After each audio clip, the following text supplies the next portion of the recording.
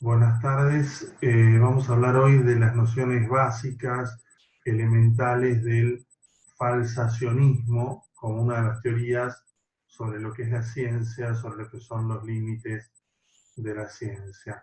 Hablar de falsacionismo es hablar de Karl Popper. Karl Popper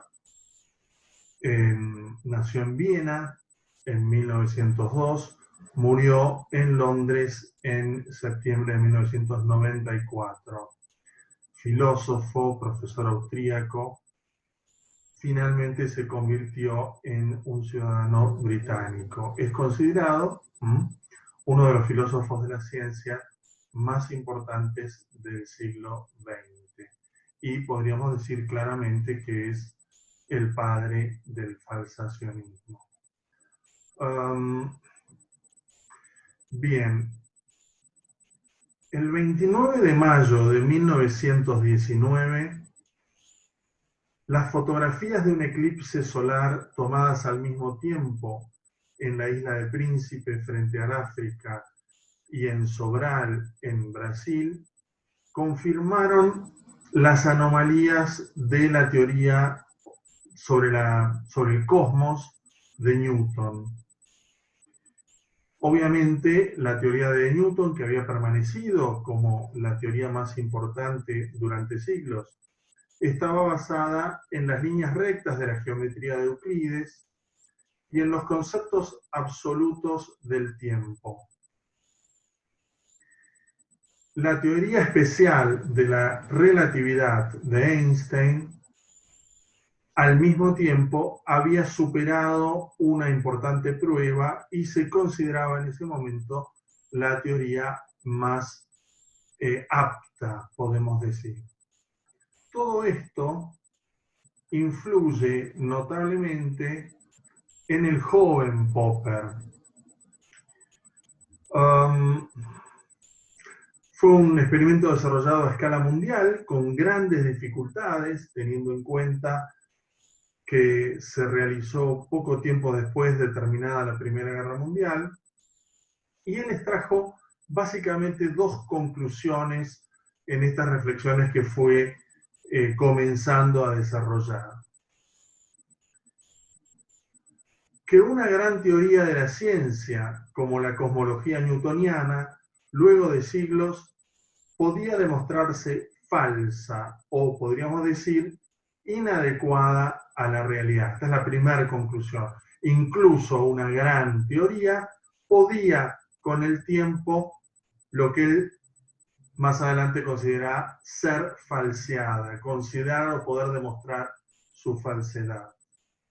Segundo punto, que una teoría puede superar una serie de pruebas, pero no puede asegurarse nunca su verdad.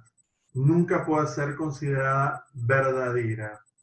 En ese sentido, las teorías científicas van a ser provisionales.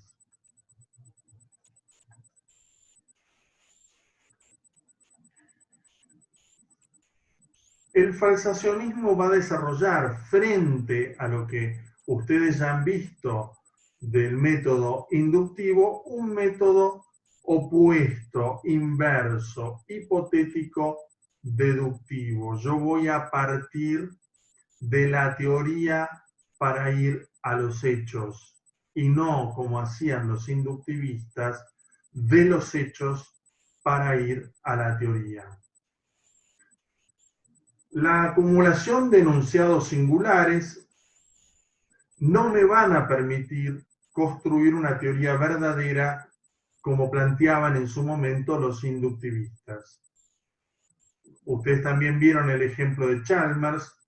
Yo podría acumular un número enorme, pero siempre finito, de minerales que se dilaten con el calor, pero siempre puede aparecer un mineral que no se dilate con el calor.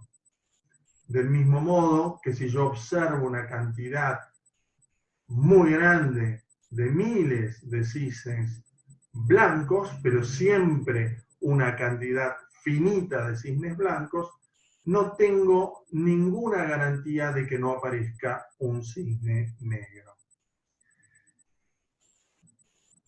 Entonces, ante la imposibilidad de partir de enunciados singulares, Popper toma otro camino y decide partir de la teoría para ir a los hechos. Si bien no voy a poder determinar fehacientemente la verdad de una teoría, el camino inductivista es un camino que no me lleva a ningún lado. Acumular enunciados singulares finitos no me permite afirmar la verdad de una teoría.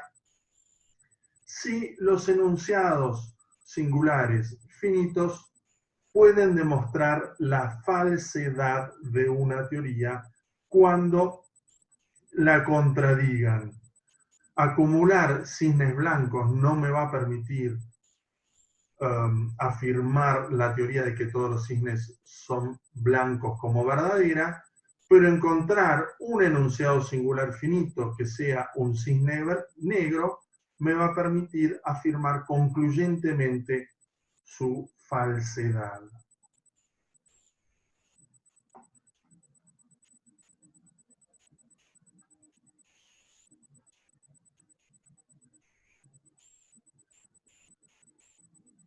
Bien, Popper entonces propone no partir de la acumulación de enunciados singulares, sino ir de lo particular a lo general. Desarrolla el principio deductivo. Partiendo de problemas o enigmas que sí me presenta la realidad, yo voy a formular una hipótesis. Y luego voy a poner esa hipótesis a prueba en diferentes contrastaciones. Si la hipótesis o la teoría supera esas contrastaciones, será una teoría o una hipótesis todavía válida.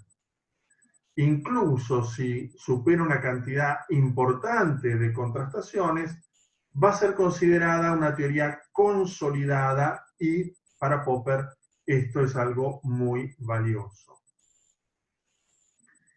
Si por el contrario una sola contrastación a la hipótesis me da negativamente, descarto la hipótesis porque se demuestra su falsedad.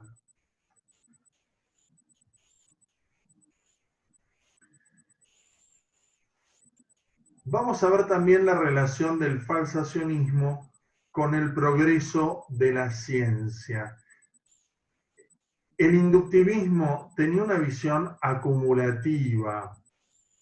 Para explicarlo con una metáfora, sería como que yo archivo todos los documentos que encuentro, todos los papeles que tengo, en un lugar cada vez más grande. Para el inductivismo, los conocimientos se iban acumulando a medida que se iban descubriendo. Se iban sumando y eran cada vez más complejos y abarcativos, pero no eran contradictorios.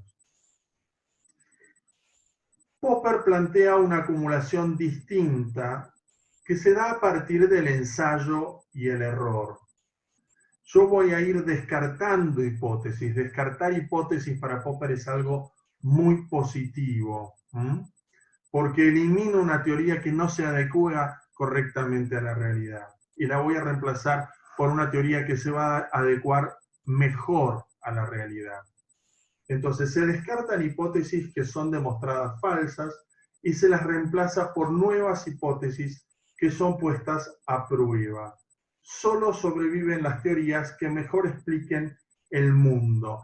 Ese archivo, en cambio, es un archivo que se va renovando, en donde voy descartando ciertos documentos que ya considero que no sirven y voy a reemplazarlos por otros más novedosos que sí se adecúan a lo que yo quiero.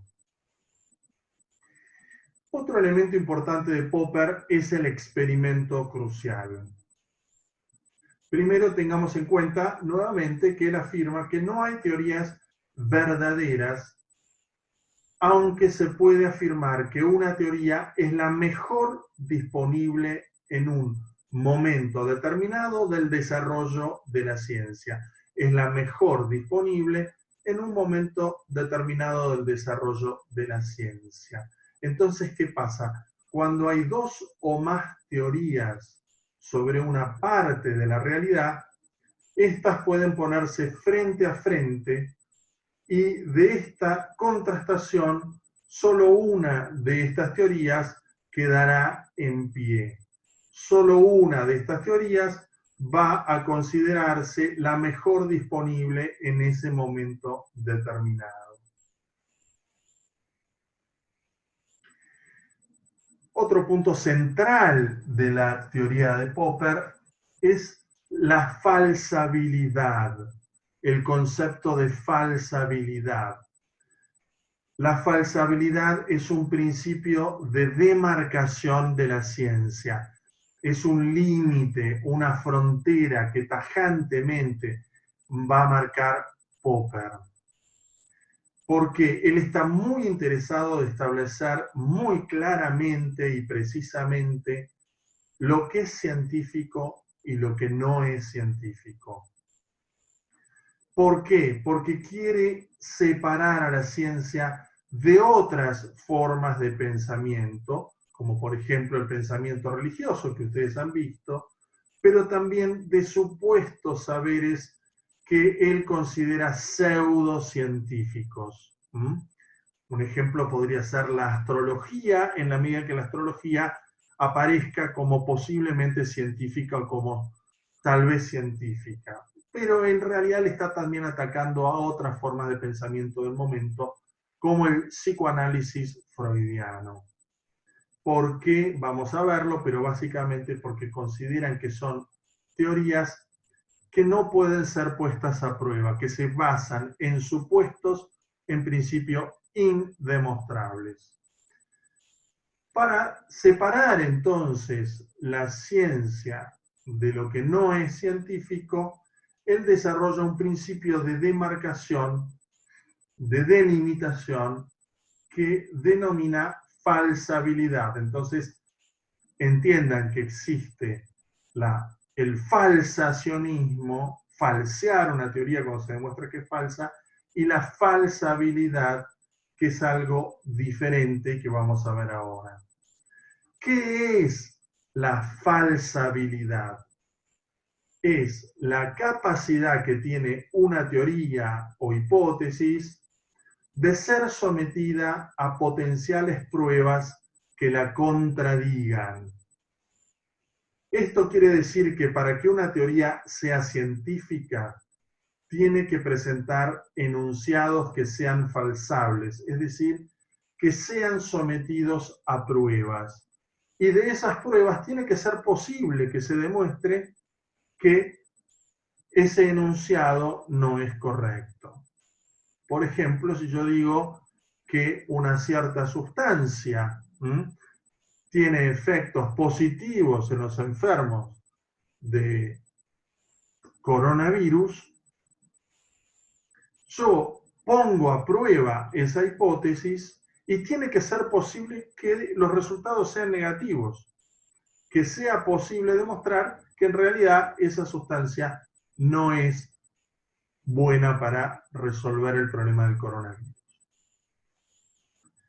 Por el contrario, si yo no pudiera poner a prueba estos enunciados, si estos enunciados no me permitiesen contrastarlos con la experiencia, no serían científicos, porque en definitiva serían afirmaciones no refutables.